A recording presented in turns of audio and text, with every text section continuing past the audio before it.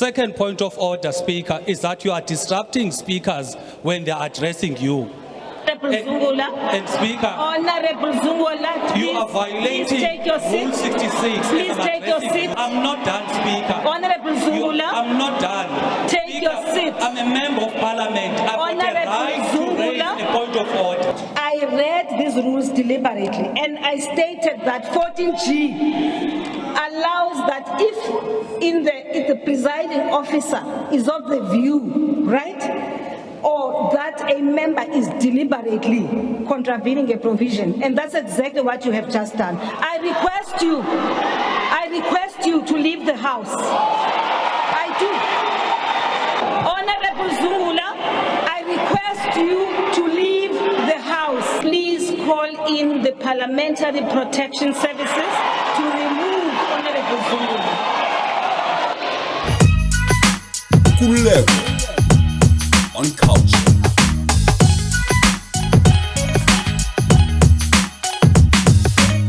Nkululeko on Cultr. Hello and welcome to yet another episode. Thank you very much for liking, commenting, and of course, engaging and subscribing with the content as well. My next guest is a member of Parliament, African Transformation Movement, Mr. Vuyo Zungula. Mr. Zungula, thank you very much for joining us, sir. Thank you so much. Thank you. Well, you were the man of the hour in Parliament. You were. How does it feel to be the only person to be kicked out in Parliament? Of course, I know eventually the EFF was kicked out, but how does it feel to be like the only member to be kicked out? Hey, Fedro. You know what's upsetting is that you've not done anything wrong. Yeah. I would understand if I was violent, I did something wrong, but in a case whereby I'm pointing out the obvious and without any warning, we're out, but whatever happens, I'm not going to allow those white shirts to actually drag me out because Oh yes. That's a very interesting dynamic because that is for social media. That becomes a clip. Yeah. When they're dragging you out. Yeah. Because I remember when EFF started doing it, like people who don't like EFF, they would choose that moment to make it trend, pay a lot of money to make that image trend when they're dragging you with your pants and Tatekaya. Exactly. You know, you're a respected man as well. For you, what is your takeaway from that? I know you spoke a lot about it in the aftermath. It was hegemonic. It was an abuse of power by the Speaker of Parliament. Yeah. If I were to wrap up your words, do you think that generally speaking, we're having a problem with the Speaker and the abuse of power as it relates to opinions not being allowed to be ventilated? I think more than the Speaker as an individual, Sure. but the institution whereby you've got a ruling party that will abuse their majority. Because a Speaker, in accordance to the Constitution, must be someone who's fair, someone who's objective.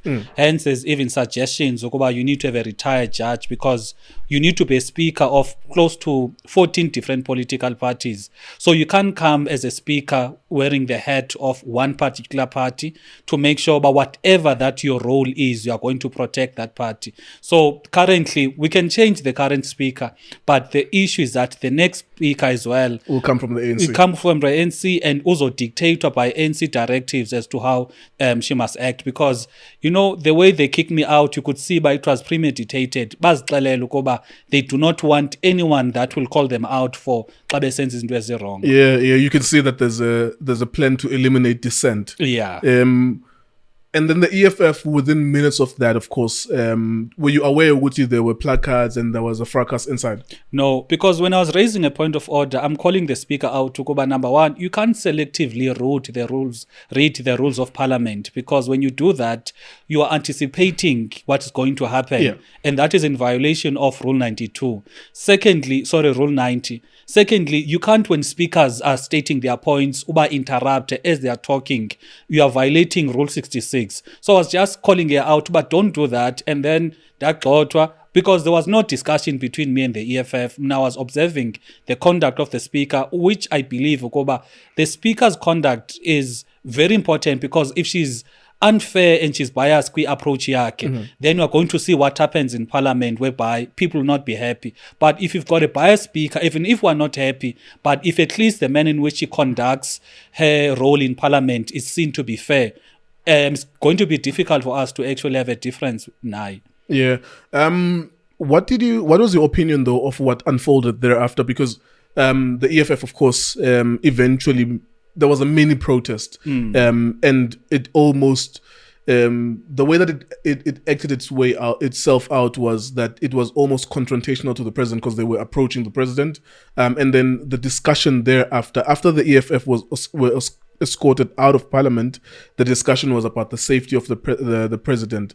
John Steenhuisen stood up and said that there were members of the security cluster for the president that were there unauthorized. Why were they there and not called after the fact? And then I think there was a member here, Freedom Fund Plus, Mr. Groenewald, who said, look, however it happened, those people were protecting the president. Therefore, that's paramount. Whether or not they were there in the lobby or wherever, they were not supposed to be there. But if effectively they protected the president, then they did their job ultimately.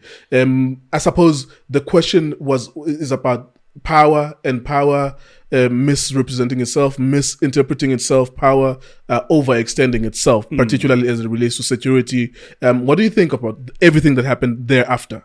Yeah, look, Parliament is a parliament of the people of South Africa, firstly. And it is comprised of politicians coming from different backgrounds, with different ideologies and different mandates. Therefore, it will never be an institution whereby everything ihamba soft. There'll always be contestations because it is a highly contested political space. Now, those guys, their mandate to protect the president. So if whatever happens, if they view any action as a threat to the president, they do not need to wait for the speaker.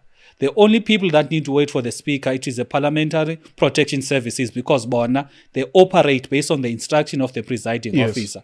Whereas those guys, if they sense a threat, well, that is how they will respond. But I don't think the president was under threat, because in lieu of having protests, you remember there was a protest, I think it was an IC event. President Zuma was speaking. Yes, I remember. There were young women were protesting against them. And they bafika bama in front of Yena with placards. Perhaps the difference there is that with this one is that it was in parliament, it was highly politically charged. So maybe with the intelligence, they may know, Tina, we don't know, maybe they thought there's a risk or there's a threat to the life of the president. But the next day when he stood up, he said he did not feel any threat. So, but the issue again is that immediately that creeps in, it's going to create an unfortunate reality whereby members of parliament will be silenced, will be intimidated against speaking out on the powers that be. Whereas we need members of parliament to be actually vocal and speak out against all of the wrongdoings. But if you are going to have a culture of having police inside, people going to be removed unfairly, then obviously as ixesha lihamba, it's going to creep in our subconscious ukuba we need to tone down a bit, which is something that is wrong. Yeah, it's interesting when you say that, because that's pretty much the spirit in which people are protesting against that. When there's police presence within parliament, then it changes the mood of parliament, and there's an intimidation factor that creeps in. Wasn't anyone aware that the EFF came in there with placards? Like, on a lighter note, how would they have snuck that in?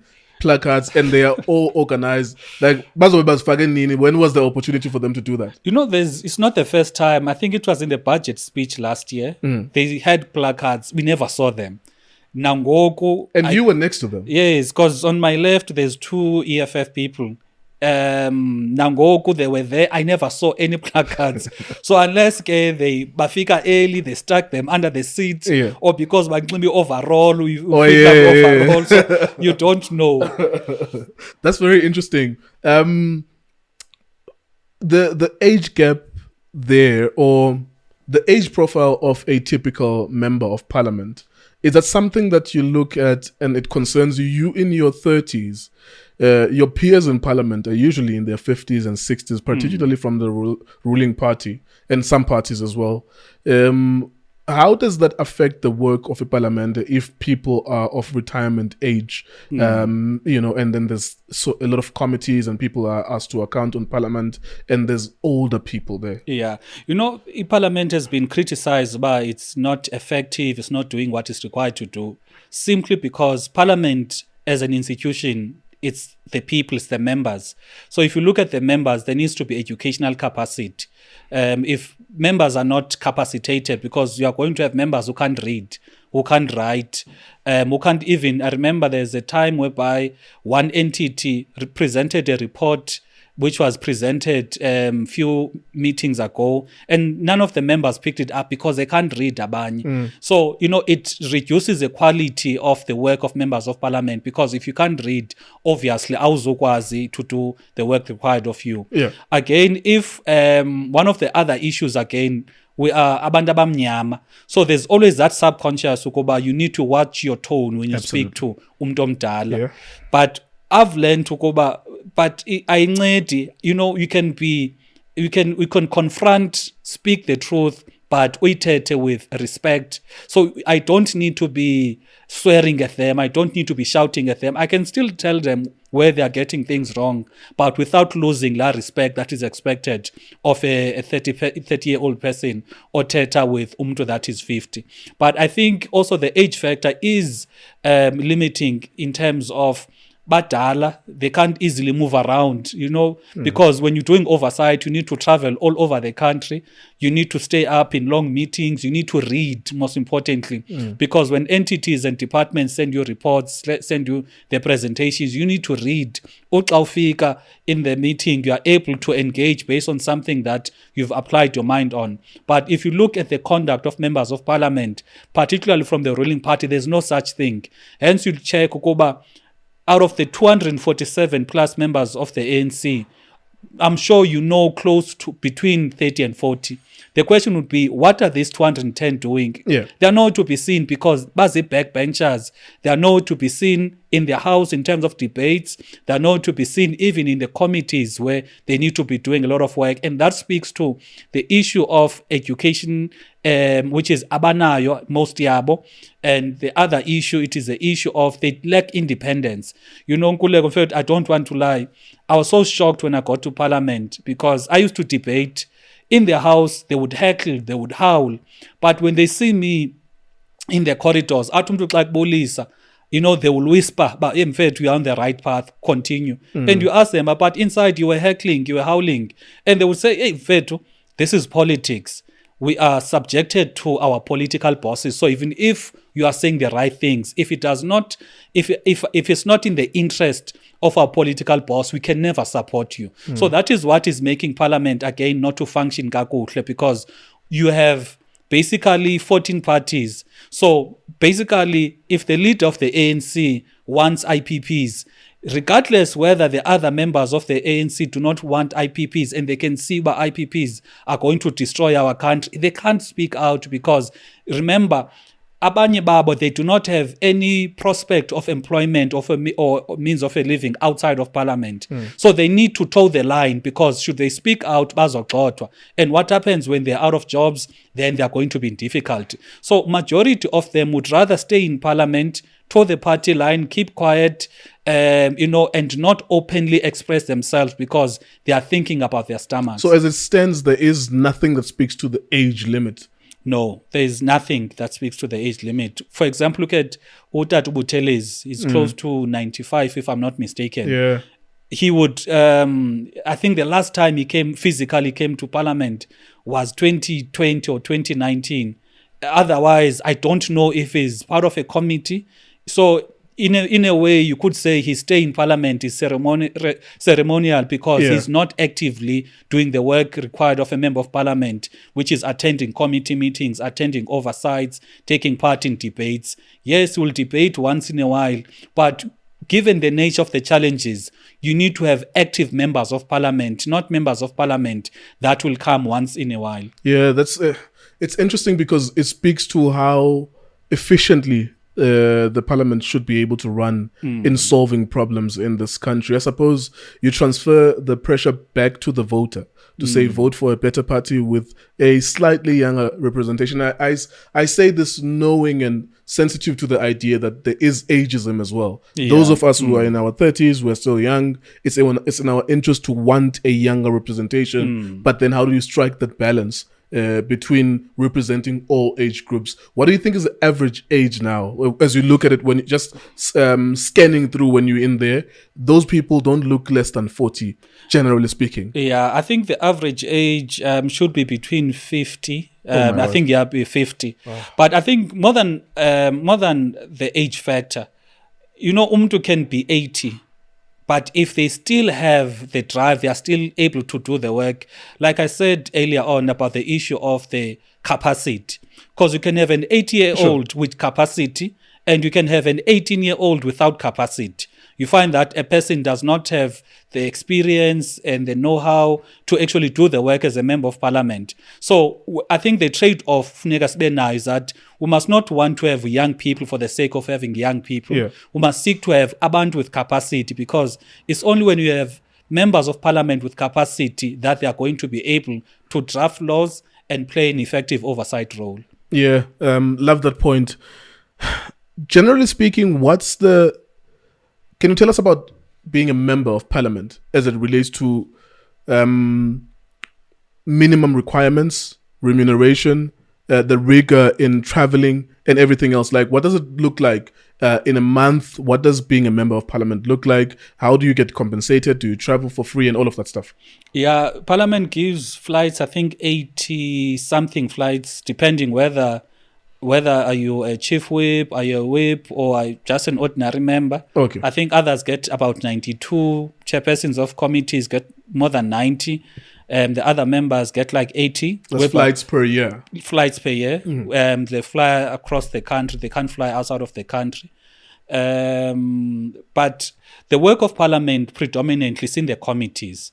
Because if government has got about 30 departments, small business, trade and industry, minerals, then parliament will have 30 committees as well, portfolio committees, to oversee the work of that particular department. So this is whereby, for example, in the case of small business, Parliament, the portfolio committee will have to engage the minister to understand what are the plans. They'll have to engage CIFA, CEDA, and all of the entities under that particular department. So bulk of the work is in those committees, because it is those committees, for example, that will come to Parliament with a report to say, based on the work that we did to oversee a certain department, this is what we found, and this is a recommendation. Then Parliament passes that report. So if you do not have, I'll always go back to the issue of capacity, because when I got to Parliament 2019, first time being a member of Parliament, I don't know many things. I don't know the building. I don't know who to talk to. So it took a while for me to actually know my way around, firstly, the institution, plus the available mechanisms of holding the executive accountable, which is utilizing the Office of the Public Protector, Chapter 9 institutions, asking questions, debates, writing letters to ministers, all of those things that are available. But if we are going to have what we see in our country, whereby there's a high turnover rate of members of Parliament, the other issue that now is going to happen is that the capacity gets to be reduced, because we are going to have new people that need to learn Parliament. Then after 2 or 3 years, those people get to be removed. So Parliament gets to be weakened because the skill, the capacity is not kept in the institution. Yeah, that's interesting. One of the things that I was following as it relates to your party, ATM, in Parliament was the issue of secret ballots. That has a precedent, I think, under President Jacob Zuma, that there was an allowance by Nkululeko Nkewu at some point for there to be a secret ballot. I think it was a vote of no confidence, if I'm not mistaken. After maybe 8 of them, eventually one of them was allowed to have a secret ballot. Where are we with regards to that? That is related to President Ramaphosa and the Pala matter.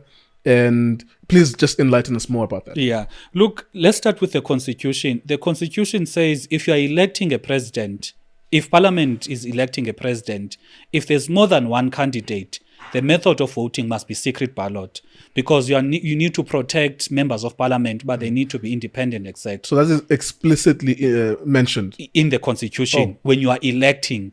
However, the Constitution is silent when you are removing, which is via an impeachment process or a motion of no confidence. Now, the power of determining the method of voting gets to be given to the speaker. A speaker who belongs to the ruling party, the speaker who knows ukuba if they would grant a secret ballot, then other members would be able to vote freely. So that is the crux of the problem. Secondly, one of the other things that is killing our country when it relates to parliament, it is the ANC using their majority to actually rubber stamp whatever decisions that have been taken by the ANC. Let's take, for example, the issue of Palapal. There is an independent panel report, and it's experts because it was headed by former Chief Justice, who says, and remember, he's not a politician, so he can't be said, no, it is because he hates the president or he hates the ANC. He's an independent judge that needs to apply the law. So in accordance of applying the law, he comes back with a report that says there's a case to answer. Now, any logical institution would have said, all right, here's a report that is saying there's a case to answer. Let us further scrutinize, the conduct of the president by establishing a committee. That is what the constitution requires. However, the ANC says this is how we are going to vote. And if you do not vote like this as a member of the ANC, you are going to of money consequences, meaning they are threatened. This was leading up to where they were reading each and every member, whether or not they agree or disagree. Yeah, leading up to the vote.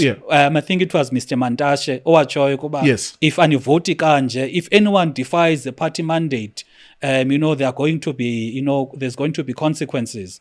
Now, what that says to members of parliament, kuba, even if there's a report that is saying there's a case to answer, and a logical member of parliament would ordinarily say, let's get to the bottom of what happened in Palapala by examining or scrutinizing. And we can only scrutinize if we adopt the report.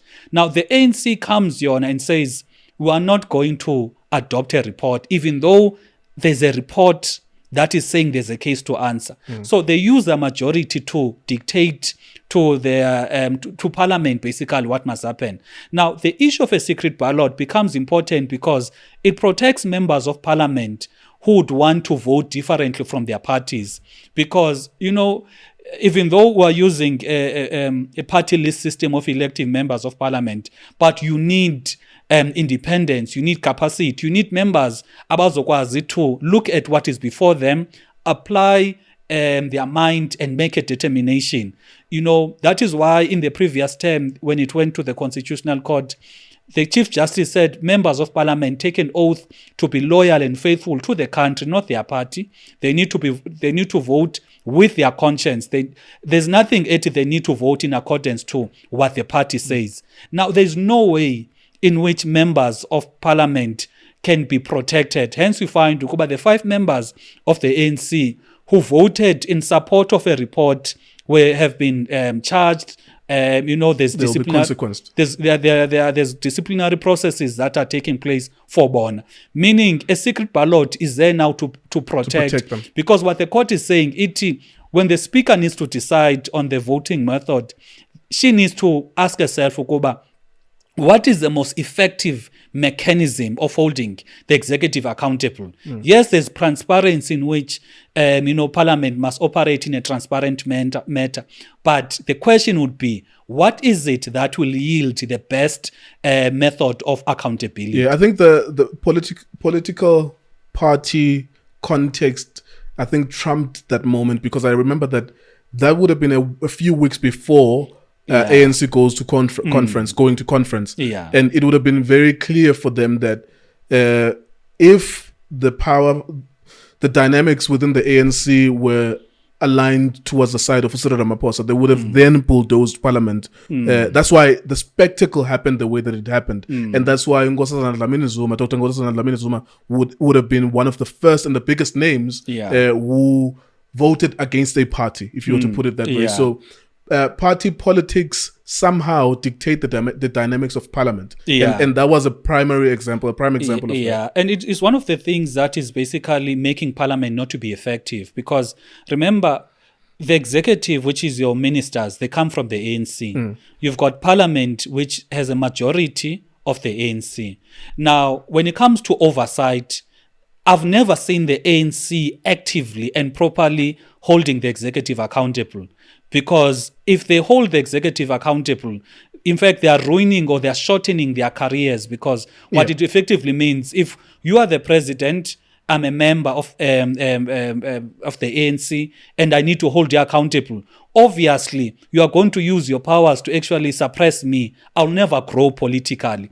That is why you are going to have members of parliament who act like sheep, whereas the constitution and the previous court judgments actually require members of parliament who can able to think and apply their independent thought on the proceedings of parliament, unlike being dictated by parties. So that the secret ballot would have been very important in that instance, even though, of course, it would have been counterproductive to the political party, because I think we could deduce that perhaps most of their members of parliament would have voted against Cyril Ramaphosa, or they would have voted for him to be held accountable for Phala Phala. Exactly, because I think the biggest issue the ANC is always failing in, it is separating between party and state. They want the state to operate in accordance to what they want as a party, whereas the state has got, people who don't vote, has got people who don't even care about the ANC, has got opposition parties.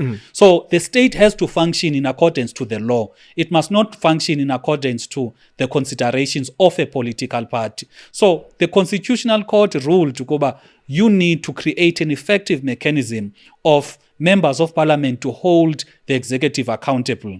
And what was going to happen that day, the report was going to be passed, and then after, there was going to be an inquiry. An inquiry can come back and say there is nothing wrong that it did, or it can come back and say there's something wrong that it did. But the fact that the ANC is stopping qua inquiry, it means it's problematic, because it means, look at, for example, what is happening now with Andre de Ruyter. The ANC is basically closing rank, protecting each other from whatever scrutiny that, that they need to account for when it comes to public resources. We don't care uba bayabulalana bona kwe-ANC. We don't care about their party factions. But what we care about, it is the conduct of government ministers. Because Mr. Ramaphosa was held accountable as a president of the country, not as a president of the ANC. But where the ANC gets it wrong is that it uses their majority to protect themselves in the functioning of the state, and does not allow parties in parliament to actually hold them accountable. Look at, for example, even the state institutions.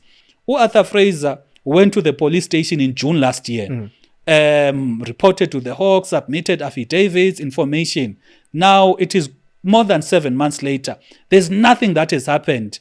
Look at the issue of the Office of the Public Protector. There's delays, IP delays. Look at SARS delays. Look at the Reserve Bank, there's nothing, So all of these institutions, they fall under the executive authority. So that is why they are finding it difficult to actually openly say we're investigating a president. But Parliament, there are people that are coming from opposition parties, and our stay in Parliament is not dependent on the ANC. It is dependent on the people. And the people expect us to hold the executive accountable. So that is what is problematic. In the course of that debate, Phala Phala, before people were asked to vote. Actually, I think when you think about the symbolism of how that looked, it looked so bad, because you would have imagined that all of those people are independent. I can understand it, the context of the party, you have to toe the line and all of that. But the way that it looked, they looked sheepish. Yeah. It really looked stupid. It looked bad. They were not happy. Yeah. Majority of the people you could see by their voting because they've been threatened. Yeah. But you could see the body language. They are not really for this thing.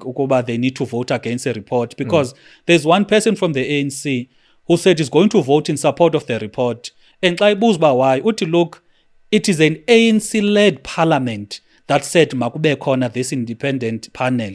It is this independent panel that has been appointed by an ANC-led parliament that comes with a recommendation ukuba there's a case to answer.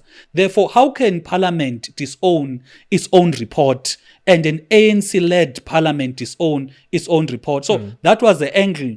But majority of them, shame, they're thinking about their futures. Remember, abanye babo, they can't survive outside of politics. So hence they need to do whatever to stay within politics. Yeah, in that debate, someone mentioned the cost implications of the judge, how much they had already been paid to do the work. I don't know, it was in the millions. Yeah. So I think what they were suggesting there was that how could you then sanction this to be done by a retired judge, and it costs millions to do, and then all of a sudden you say it must be shelved. Yeah, that for me was one of the shocking aspects of that millions are being spent, and then the judge says there's a case to answer, and you say no, there's no case to answer. Yeah, it speaks to how institutions are being deliberately destroyed by the ANC in order to protect themselves. Because, like I said earlier, he judge.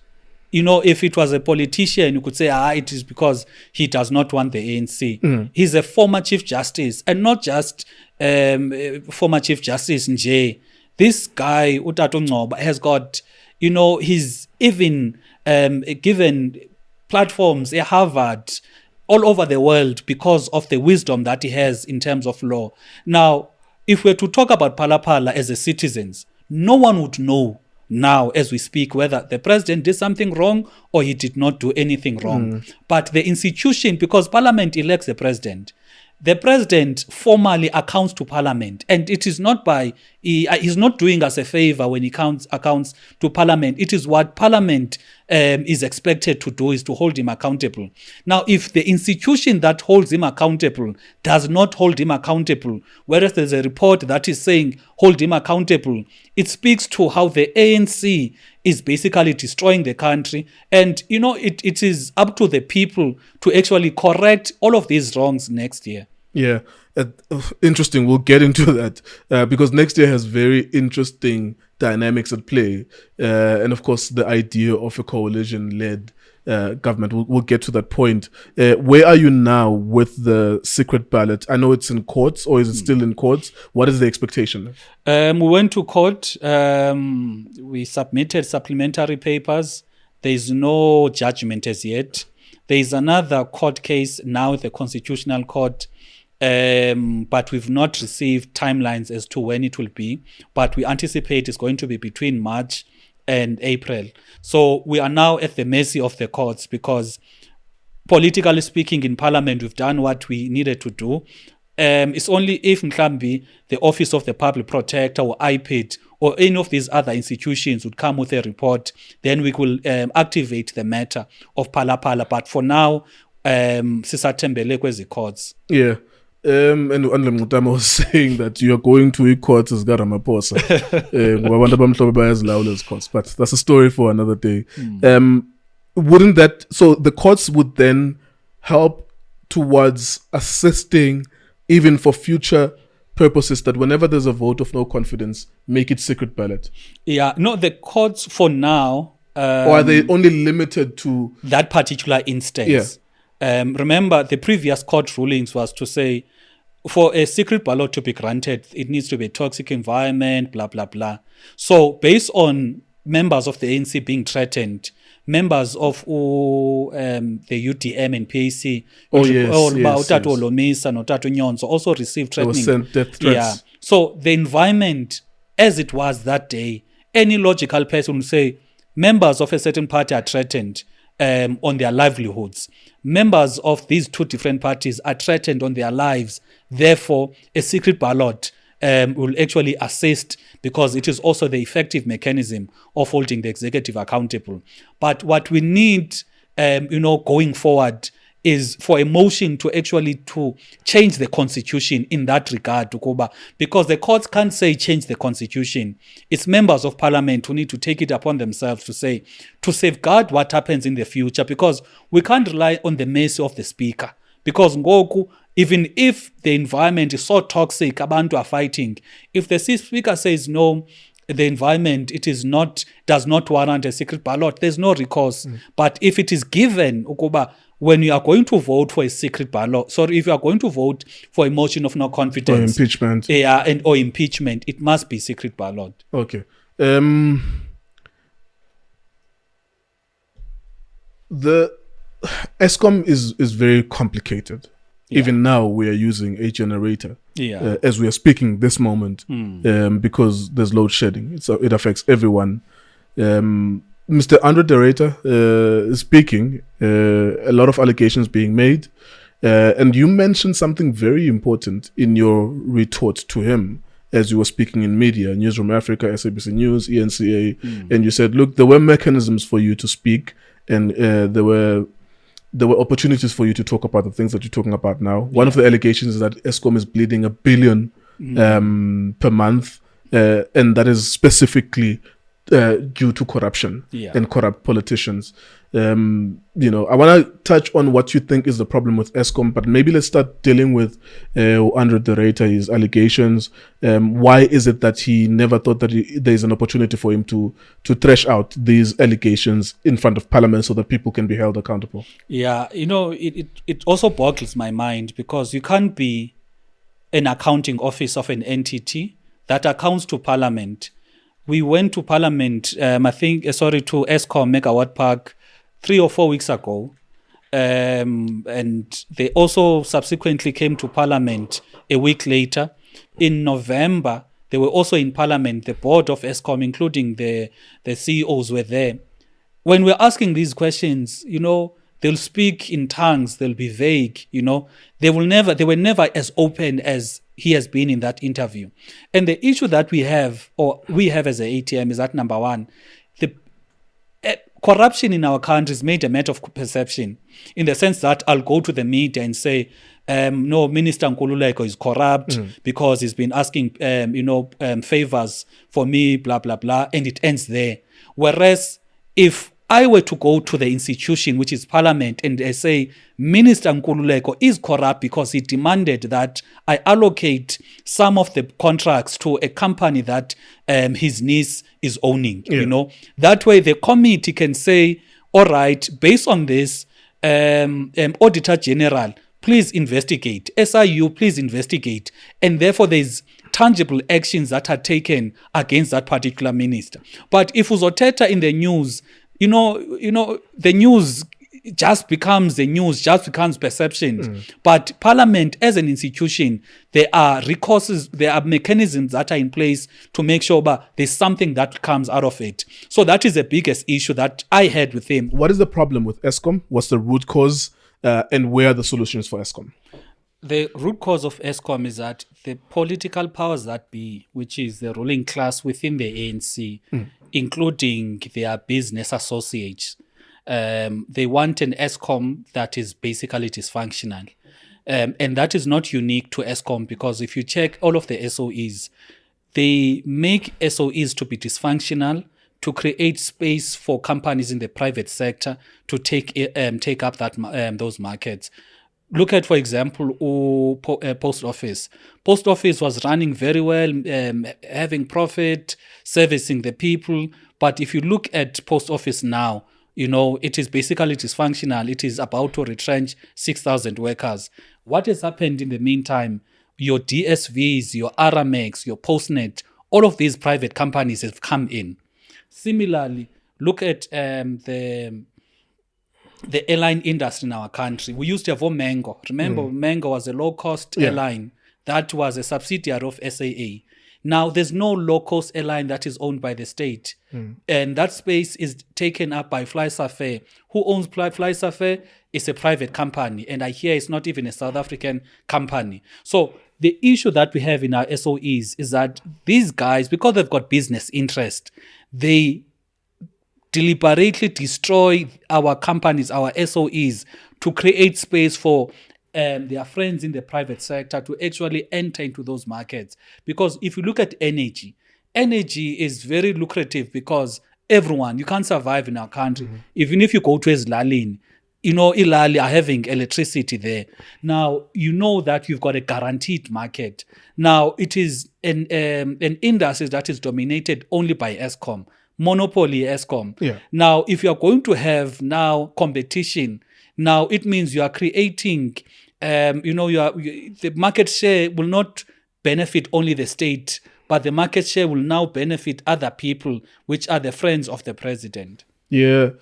I mean, that's always been the theory, but I'm happy to hear it being articulated by a member of parliament. And that's just based on your observation of the scenario, because we always talk about it. To substantiate my point, sorry to cut you. Sure. We went to Eskom sometime in Jan.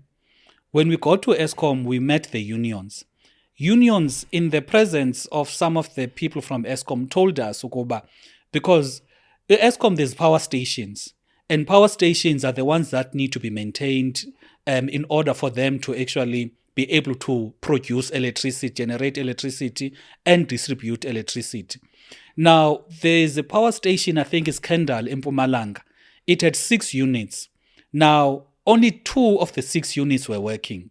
So this guy is brought in, or this guy who was a manager, turns around those power station and has 6 out of the 6 units to be working, meaning now Eskom is able to generate electricity more efficiently, and we are going to provide electricity to people because 6 out of 6 units are working, unlike before whereby it was 2 out of 6. Now, that guy was moved from that power station, kwathi makasebenze a group capital, whereas any logical management would have said, you managed to turn around a power station from 2 units esebenzayo to 6. Either stay working and make sure that all of these units are working optimally, so 6, or go to another institution, go to another power station whereby there are, let's say, 10 units, but only 1 is working. So, but they removed him to group capital. Why would they do that? Why would you move someone who clearly has turned around the power station? Because it's not about just the Eskom at a CEO level. It's all about the power stations. And hence you find, Ukuba, if you look at the reports, these power stations have not been thoroughly maintained. That is why there's a breakdown there, there's something wrong, Payana, because if you do not maintain those power stations, what you are most likely going to have, they are not going to be able to work optimally, and they are not going to provide electricity. Yeah, makes perfect sense. It makes perfect sense. To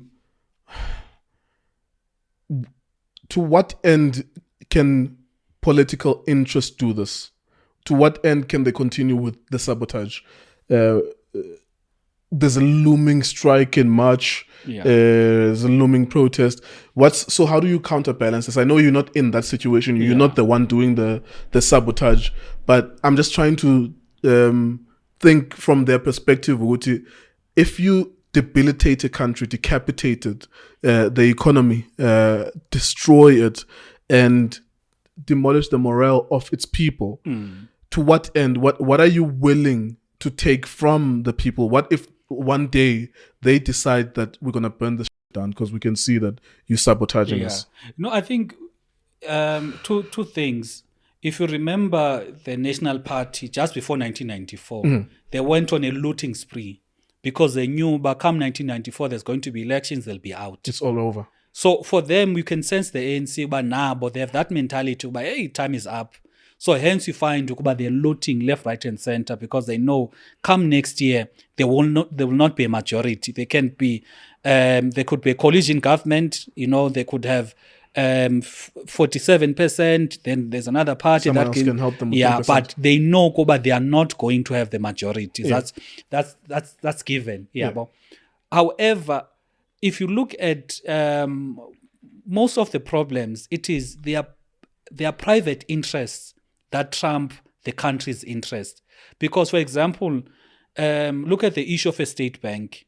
If you are going to have the Minister of Finance, a president, and some of the senior members in cabinet owning shares in the banks, it is not going to be profitable for them to say the state must own a bank because it means they're actually reducing their wealth because it means the shares will go down. There's more competition in the market. There's more competition and a state-backed competition, not just a competition, a state-backed competition. So that is why you find Ukuba, they are in these positions to advance the interests of maybe as to why it settles in their minds. What if people decide to revolt? Perhaps it could be either they think when that happens, they can easily flee to other countries. We've seen in other countries whereby when there's a change of leadership, people have got houses at Dubai. And, there's welcoming countries whereby they know, but If this person is running from his country, he's not coming to Dubai and just be a beggar. He's coming with a lot more money and is going to improve economies on Dow. So that is one other reason. Another reason, maybe they think ukuba they will pacify the anger of the people with grants, because you find that these 350 grants, they go a long way in making people not to revolt. The fact that they're given food parcels. So maybe they think ukuba people will not hold them accountable and they will not revolt, which I think they are mistaken, because even the middle class, there's a guy, friend of mine, in 2019, he was paying 7,000 on a bond. Now he's paying close to 12,000 because of the increase in the interest rate. Yeah. And there's increase in fuel prices. But if you look at how the salaries are increasing, they're not increasing. So it's not only the poor that are feeling the pinch of this government, but also the middle class are feeling the pinch of the government. So it could be... Easy is a stupid word to use in this context, but it could be as easy as the change of political leadership, and we won't have an Eskom problem. Definitely. In your estimation. Yeah, but that leadership, because, you could vote out the ANC. Yeah. The ruling class is still the ruling class. But vote, because what I've learned in politics is that you capture parties and you capture individuals in parties. So you can vote out the ANC. But if you vote in a party that believes, for example, that the state must not be empowered, meaning you must not have SOEs. For example, the DA. The DA, that's their fundamental philosophy. Exactly. Whereas in a developing country where you've got more than 30 million people living in poverty, you need proper state intervention. Because if you look at China, how they managed to get more than 50 million people out of poverty in less than 20 years, it is because of the state intervention. So that is it from an ideological perspective. Also, but from a corruption or political capture perspective, if you are going to vote for a person, this person has been captured by the ruling class. Maybe they've got inuds zake, or maybe they know what is done. This person will be a proxy. He will be there, say the right things.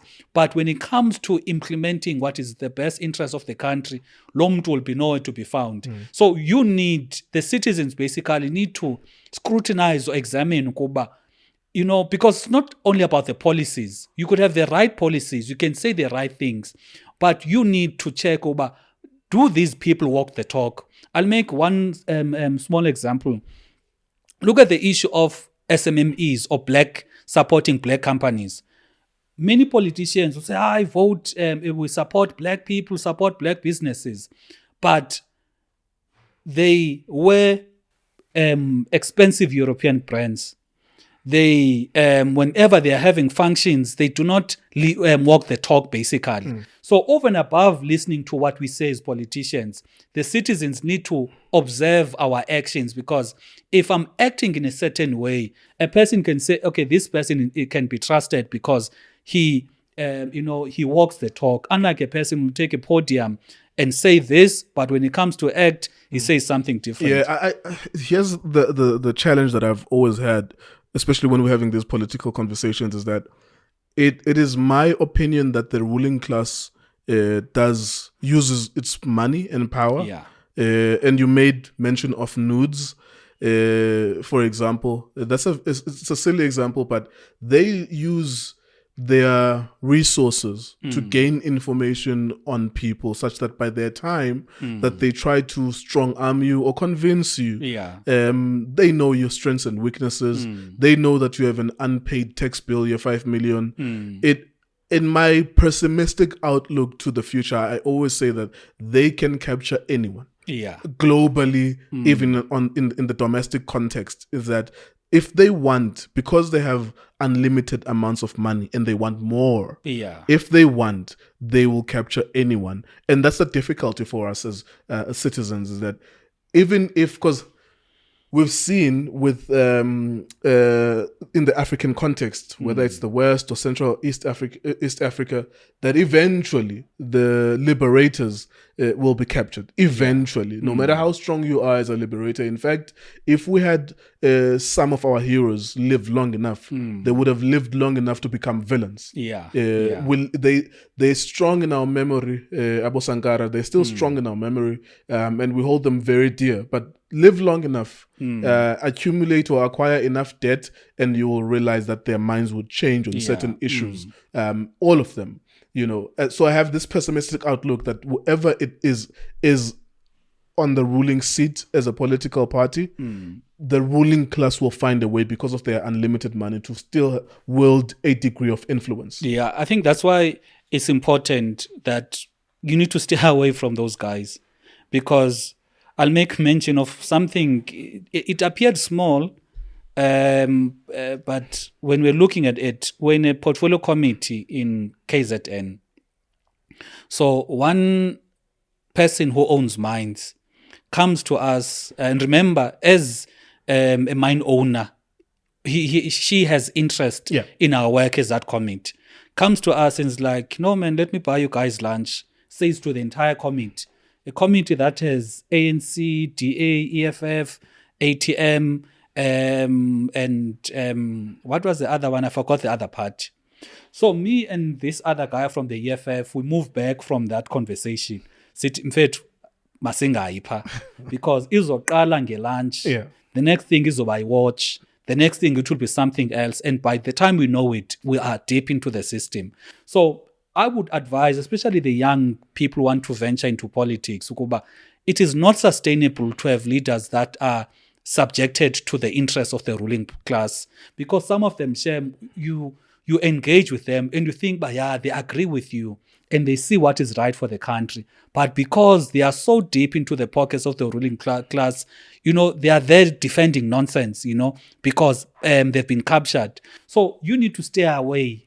Live within your means. If Parliament is paying you so much, live within your means. Don't be excited. There's this joke, some of the people in the middle class, they want to go to Konka and want to compete with corrupt people.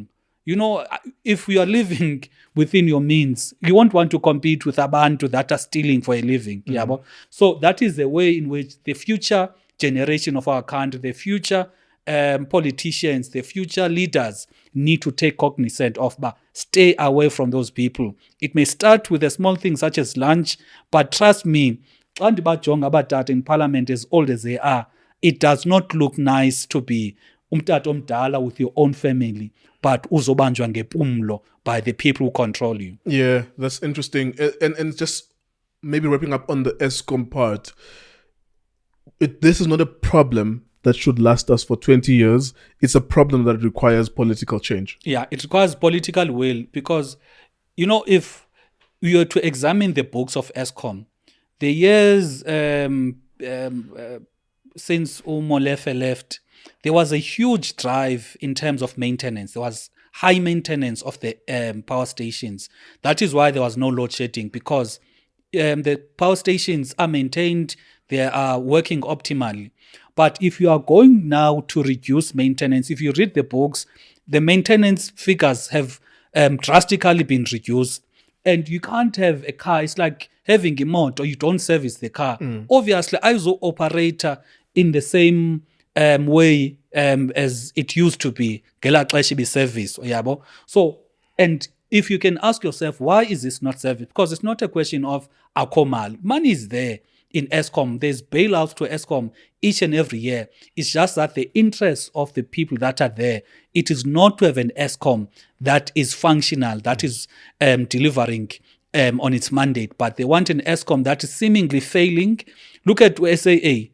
SAA had lucrative routes, but what happened with SAA? They ended up selling it for 51 rands. And if you think about it, the market, because there's always people wanting to move between Joburg and Cape Town and Durban, and any logical government would see, instead of allowing all of these private companies, let's create space and make sure the advantage is on our state entity, because by it having a profit, it is another way of increasing the revenue streams for our country so that people can be serviced, But if you are going to have a lot of competition that will eventually kill your own entity, then it means you're not a government that actually cares about the state. And if you look at the attitude of Mr. Ramaphosa, listen to his speeches since 2018, he's always, pushed the idea of private sector. We are going to have private partnerships with the government. He's always using the private sector. Whereas a logical leader, a logical government improves state capacity. Because if you've got proper state capacity, you've got capacity to actually service the people. One last thing I want to make mention of, look at the issue of grants. There is, let's say, on average, 20 million people that receive grants in our country. Out of these 20 million people, the company that was used to distribute the grants, a few years ago, they were paid 10 rands per transaction. Meaning 20 million times 10 rands, times 12 months, you can see how much they make per year. But why is it that the government would not have said, we've got post office? Let us make sure Ukuba post office is able to do this work, I think that's about 2 billion in a year. Yeah, I think it's a lot more. Yes. Yeah. So why is it that they are not boosting state capacity so that the state is able, to provide and deliver service to the people? Because if you check now, in private sector, they only care about the profits. Whereas the state is able to, reduce the prices here and there because it wants to deliver to the people. Look at the trains, for example. You had metro rail trains that were operating optimally in the 90s and the early 2000s. Yeah. But tell me, there's no logical explanation as to why are those trains not operating. You see photos at Kapa whereby people even build shacks. Oh, yes, I come from the side. Yeah, and why are they building shacks? Because on the railway. Because the government does not care. Look at how they are distracting the rail infrastructure. There was rail lines, but they get to be distracted. After a few weeks, there's nothing. Kenya had a similar problem whereby there was this problem of they were stealing cables, destroying rail infrastructure. The president signed an executive order within weeks of that problem becoming huge. And he said he's going to close all of the scrap yards. Because if you're going to steal a cable, the exit or entry point has to be a scrap yard. Supply and demand. Supply and demand is facilitated by a scrap yard. Now, look at our country. How many times do we wake up to there's a cable theft in Daunetile, there's railway lines that were stolen in Daunetile.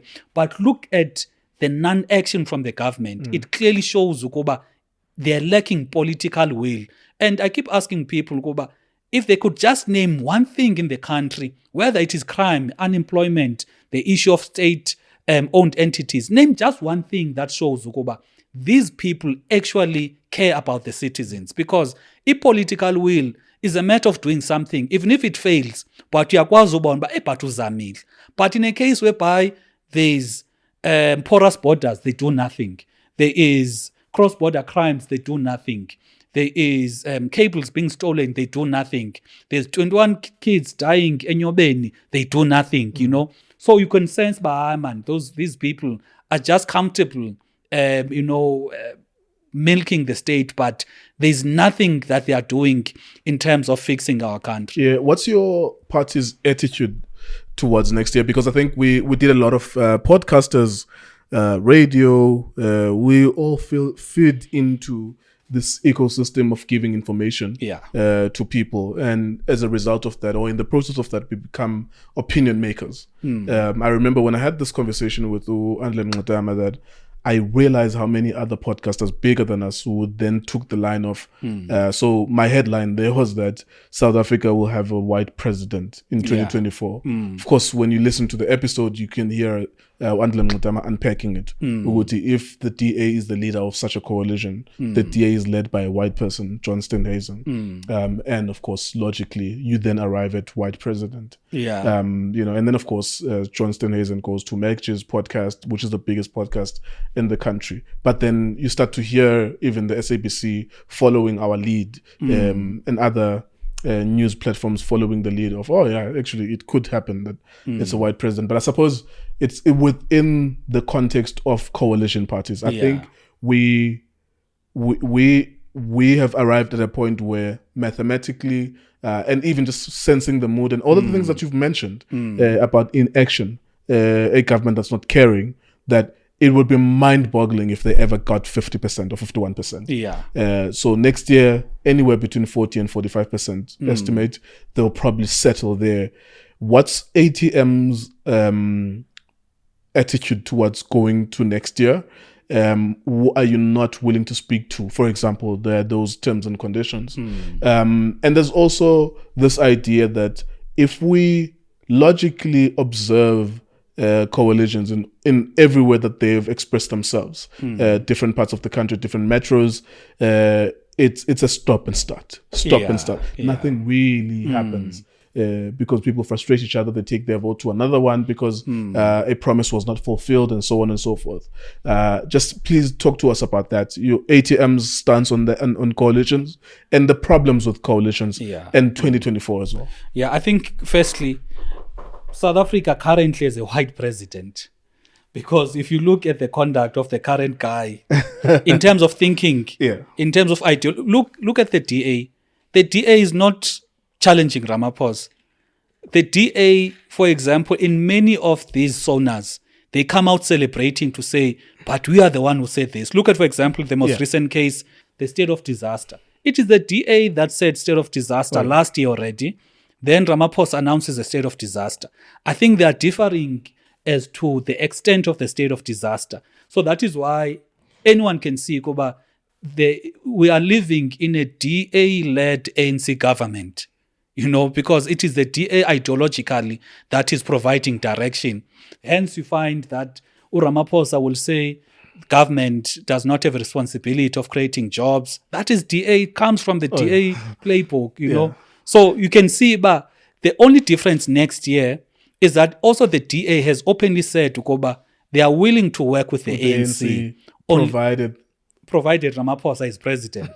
Meaning, out of the millions of ANC people, supporters, they have got faith only in one person. And you only have faith with a person that you share the same values, you share the same ideology, you share the same thinking, So that is the only issue for next year.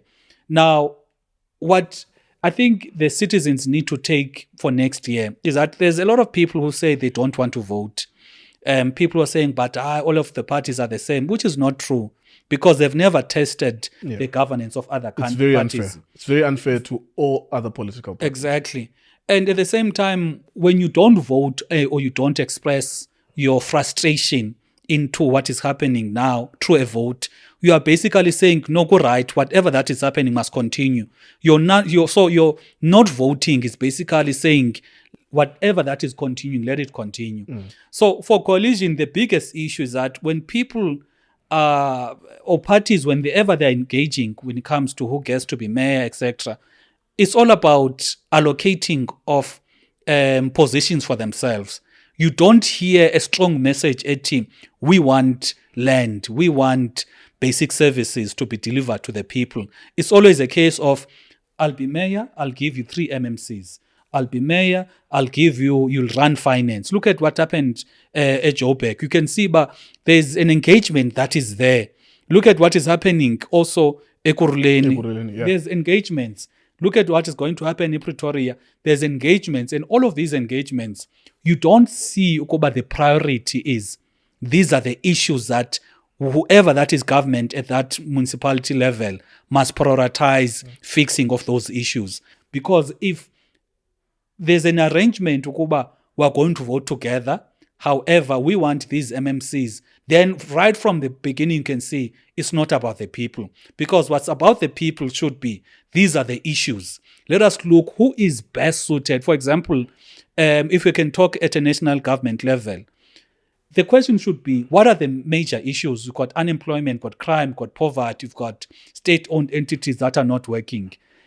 A proper functioning or proper instituted coalition should be saying these are the major issues.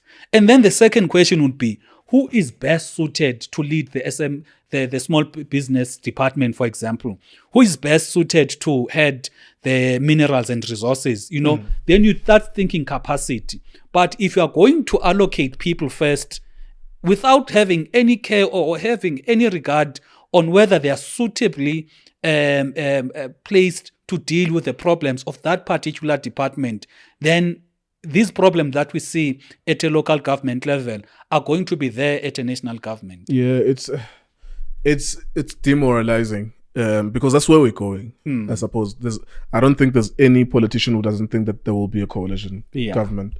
So for you, the consideration is policy and consideration is service. Yeah. There's no, we're not doing this with the DA, we're not doing this with the ANC.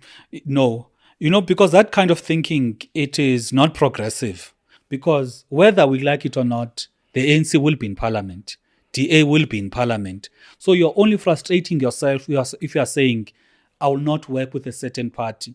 But you can say, as long as these critical issues, I'll work with anyone that is prioritizing these certain issues. Now, should this person not want to account, obviously we'll hold them accountable. But a case whereby we are going to say, for example, let us talk about Andile. We know they've got differences with the EFF, but they agree on certain issues. Now, if they could say, or EFF or BLF saying, we're not going to work together, there's no way in which we are going to serve in the same cabinet, simply because our leaders have got some history.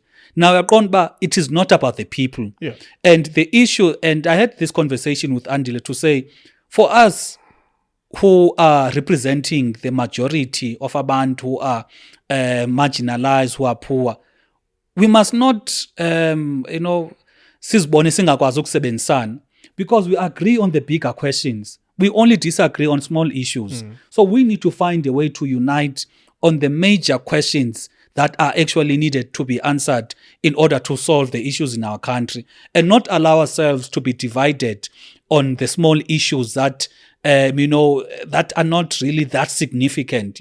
So we need to unite, because if we unite on these bigger questions of transformation, for example, the issue of land expropriation without compensation, the nationalization of the Reserve Bank, the making sure the borders are properly managed, to make sure about the movement in and out of the country is done in a manner that will not put the country in a security risk. Those are the key policy considerations, because if we do not focus on those, then it means we are focusing on things that will not yield benefit to the people. Yeah.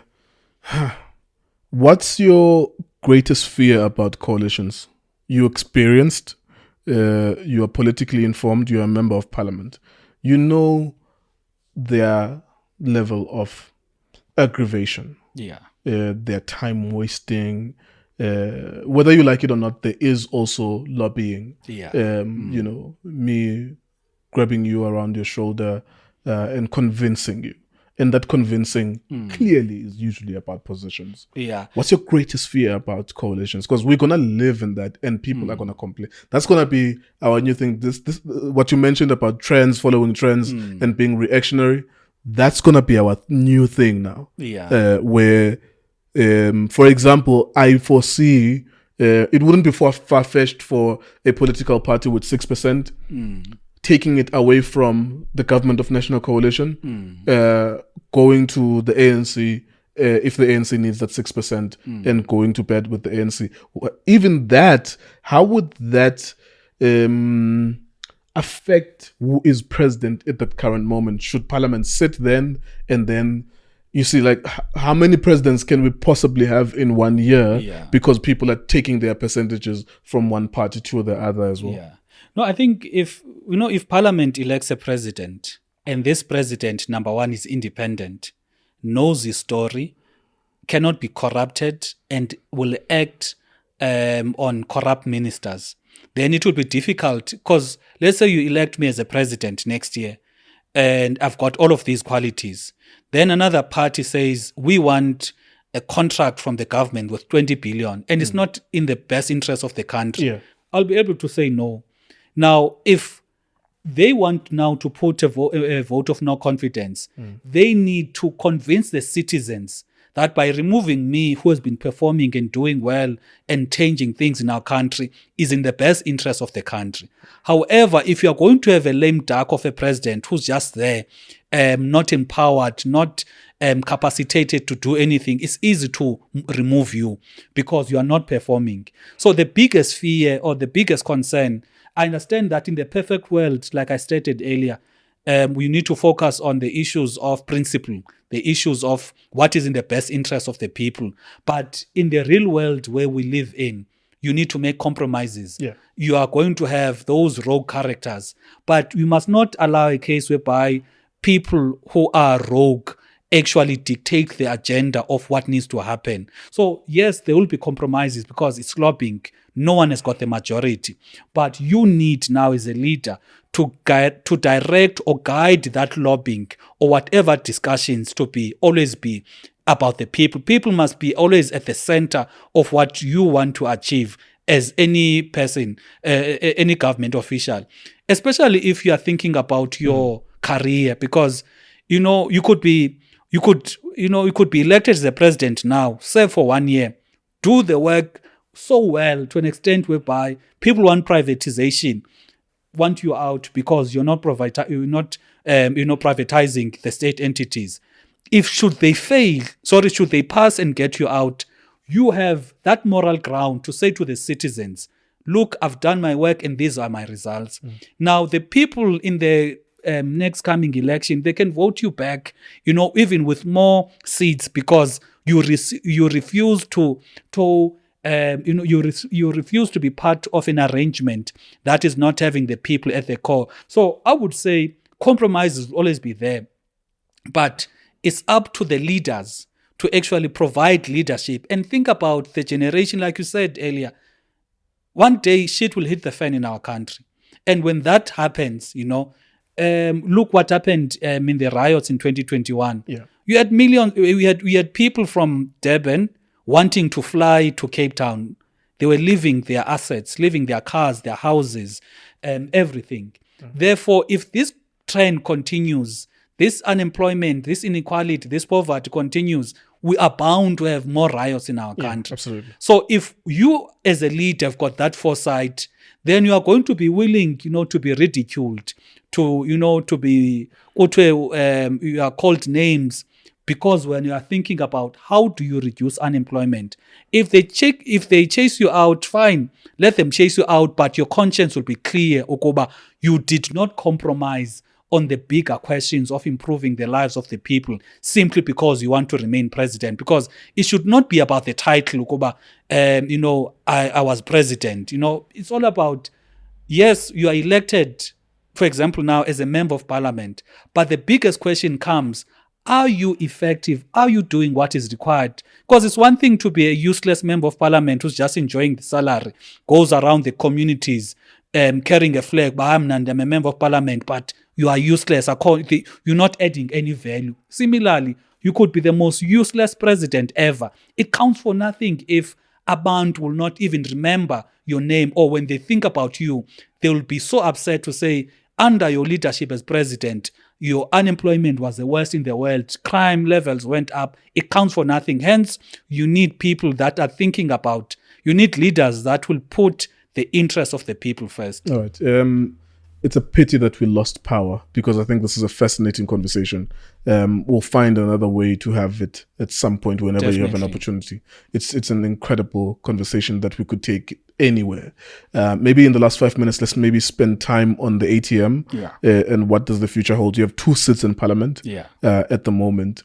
goals for you, and how do you reach them? Goals for 2024, increasing the number, and how do you do that? Yeah, for us in Parliament, we've made it very clear, Also, Sisakala. I'm so sorry. You've done a great job of. I don't know other members of Parliament. Yeah. And if you see, like, I know the ones that you're supposed to know. Yeah. EFF, DA, ANC.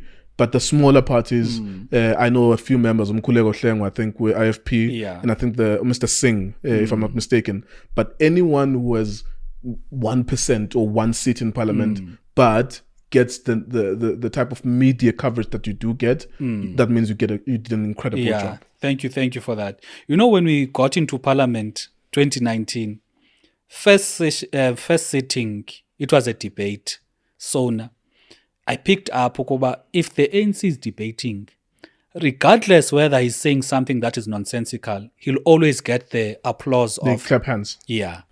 Regardless whether he is saying the most correct thing, the opposition will never clap hands. So I thought to myself, we're only two, so I can't expect the other member to cheer loudly or heckle. Yeah. We said, look, it is not in our culture, it's not in our DNA to just play politics. Let's go there and be principled as much as possible. Hence, you find that ever since I've been in Parliament, I've never sworn at members of Parliament. I differ with some of them, but I've never gone to an extent whereby I speak about their personal lives or tease them about their nose if umuntu has got a big nose, because it's not about that. I always focus on what the principle and our principle when it comes to debate and everything that we do in Parliament. We always have a principle of let us highlight what is the problem, and then from there state what is the consequence as a result of the problem. Then we offer the solutions. We are given 3 minutes to debate as a party because we've only got 2 seats. In that 3 minutes, ever since 2019, we've tried to stay keeping that principle. But highlight the problem, highlight the consequences as a result of the problem, but offer solutions because the citizens are hungry for solutions. You come there, you criticize the ANC left, right, and center, but you're not even putting solutions on the table to say, you've got a crime problem as a country. Deploy the soldiers, to these crime hotspots. Deploy the elite units that we saw in Parliament, to these communities terrorized by Zamazamas. So that is why, and at the same time, it's easy now if we're going to have a vote of no confidence against a president to say we offer these solutions, and then you did not follow them. And things have gotten from bad to worse. Therefore, we're going to hold you accountable. So what we're going to continue doing as the ATM, it is to hold the executive accountable and offer the solutions. Whether it's education, it's the issue of the economy, it's the issue of small businesses. But every department or any issue will always offer solutions. And we think, Ukuba, the more South Africans are gravitating towards listening to solutions, it is the more ATM and other parties will grow. But if South Africans are fascinated by rhetoric, they're fascinated by those theatrics, people made, because those things, they don't fix problems. What fixes problems is solutions. That was 45 minutes before Ramaphosa spoke. Everything that happened there, you being thrown out, the EFF. Yeah. I remember I was looking at the clock. It was supposed to maybe start at 7 or 8. Can't remember now, but I know that it was he spoke fully 45 minutes after he was supposed to start speaking. Yeah. So, that's why it's important, Ukuba, and we'll always take it back to the citizens, because you can't be a citizen, hate corruption, hate unemployment, hate poverty, but keep on voting for the very same institution or organization that is leading to that. You can't be a person, for example, who hates the privatization of entities, but you vote for the DA. Yeah. Because if you vote for the DA, you are actually voting for privatization. So citizens next year need to take the responsibility for the state of the country post the elections, because it is their vote that determine what type of a government. Because, come next year, if you could have just 10 million people who decide, but this party, ATM, are going to vote for it because it is clearly shown, Ukuba, if in 2 seats, it has managed, I know some other people say ATM in this term has worked so hard to an extent it is as if it is the main opposition party. If people can say, if they were able to be effective with 2 seats, how much more if we were to give them the majority to govern the country? It means, problems could be fixed. South Africans can live a better life. If 10 million people take that decision and they go out and vote, we could have a new government, because coalition is what we are anticipating or expecting. Yeah. But if we as the citizens can take it upon ourselves, because the voting population is plus minus 40 million, abantu who actually go and vote, it is always less than 20 million. Yeah. Meaning you've got 20 million people that could determine the fate of our country, but they're not doing anything. So that is for us what is important. But There's also the almost permanent link between how much you spend with visibility and campaigning and what you get eventually in parliament. Yeah. And that's perhaps it's not me knowing media and being part of media and trying to convince people to buy my products on media, whether it's Itiski TV or this platform or any other newspaper that I'm part of. I know that 10 million people don't just vote for. You literally have to be in their face for so long and spend so much money that they think they're voting for you, but you've convinced them to vote for you. I think that's why you find, majority of parties in our country, a party will be formed. 3 or 6 months later, they take a trip to London, to America. Then they come back, money is not a problem. But what is the compromise? They're compromising actually representing the interests of the people. Look at, for example, ourselves who don't have money, like your Action SA that receives 15 million per quarter from one person. So we are going to find it difficult if we are going to compete in Mali, because we said, yes, politics is expensive, but at what cost should we take these monies and we sell out, on the interests of the people? We decided we are going to be the voice of the people and not the voice of the people that give us money. Hence, you find, even by coming here, I'm not coming with a big car, a German. I was expecting security. Yeah, expecting security, all of these big things, because asna mali for those things, because I think what citizens need to get, Okoba, these parties that are heavily funded, that money does not come cheap. That money comes at a cost. I'm sure you might have picked up the USA government, I think it was Parliament, they put through a motion that is criticizing these drills that South Africa is doing with Russia and China. Hardly a day, 2 leaders, Umaimane, no Mashaba, at the same time, they tweet very, very similar tweets. Yeah. And you ask yourself, Okoba, but is this organic? It's not organic. Okanye mhlambi there's some influence that is coming before. Now the problem is, let's say you vote any of them to be president. Does it mean, Ukoba, as he's going to be executing his responsibility as president, the people that are behind him are going to be dictating the line or what needs to happen in our country? Look at, for example, Ramaphosa. He got close to $1 billion or more than $1 billion in 2017. There's no logical person that can not believe, Ukoba, those people have interest.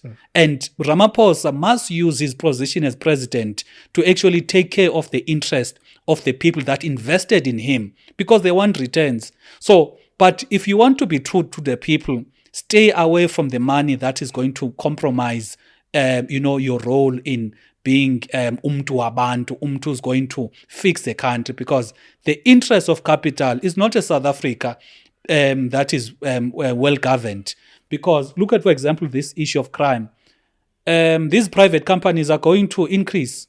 They are going to increase their tariff. They are going to get more business because crime is on the rise, So, and why is crime not fixed?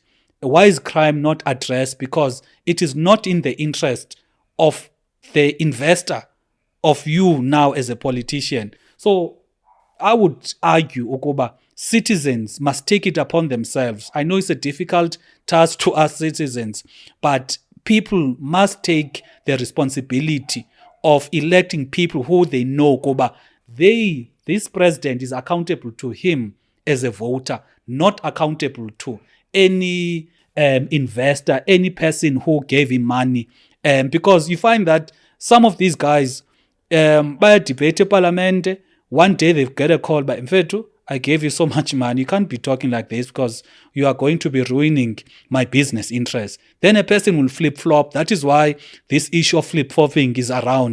Because it comes from that influence that is coming from Abantu, whereby he says this today, tomorrow he says another thing. Whereas a leader, white is white. If I'm saying Gokoba into wrong, it must be wrong throughout. It can't suddenly be correct the next day, whereas nothing has changed. Yeah, thank you, man. It's been a very fascinating conversation. I wish you all the best of luck. Thank you very much for coming through. Thank you.